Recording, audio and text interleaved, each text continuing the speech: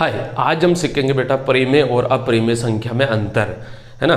चलिए तो बेटा देखो, परिमेय संख्या और अपरिमेय संख्या में अंतर क्या है। इधर लिख रहे हैं अपरिमेय और इधर लिख रहे हैं अपरिमेय संख्या।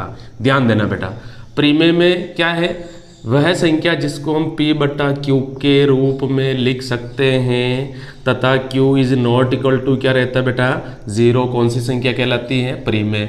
अपरिमेय क्या है, जिसको हम p बटा क्यू के रूप में नहीं लिख सकते हैं, वे क्या है बेटा, अपरिमेय संख्या है। ये इसमें एक एक अंतर हो गया।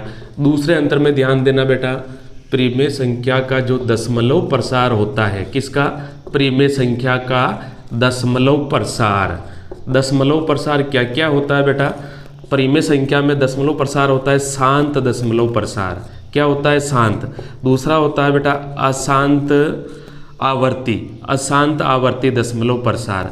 ये दो इसमें होते हैं परिमेय संख्या के। शांत का मतलब क्या है, जिसमें शेषफल क्या प्राप्त हो बेटा, 0, शेषफल 0 प्राप्त हो। अशांत आवर्ती का मतलब जैसे किसी भी संख्या का हम भाग देते हैं तो बेटा 0 दशमलव के बाद जैसे 41 यानी अंक प्राप्त होते ही जा रहे हैं, तो इसको हम ऐसे भी लिख सकते हैं 0.41 के ऊपर बार का चिन्ह लगा दो, इसका मतलब 41 की आवृत्ति हो रही है बेटा बार बार, है ना, तो वो अशांत आवर्ती है। और इसमें अपरिमेय संख्या के दशमलव प्रसार क्या होते हैं, अशांत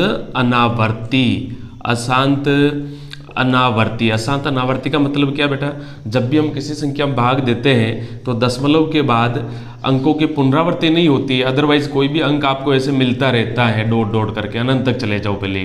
जैसे एक पाई बी क्या है बेटा, पाई बी एक अशांत आवर्ती का दशमलव प्रसार होता है और अपरिमेय संख्या ही होती है। ये इसमें मुख्य अंतर होता है परिमेय और अपरिमेय में। वीडियो अच्छा लगा है तो लाइक करें और चैनल को सब्सक्राइब करें। धन्यवाद बेटा।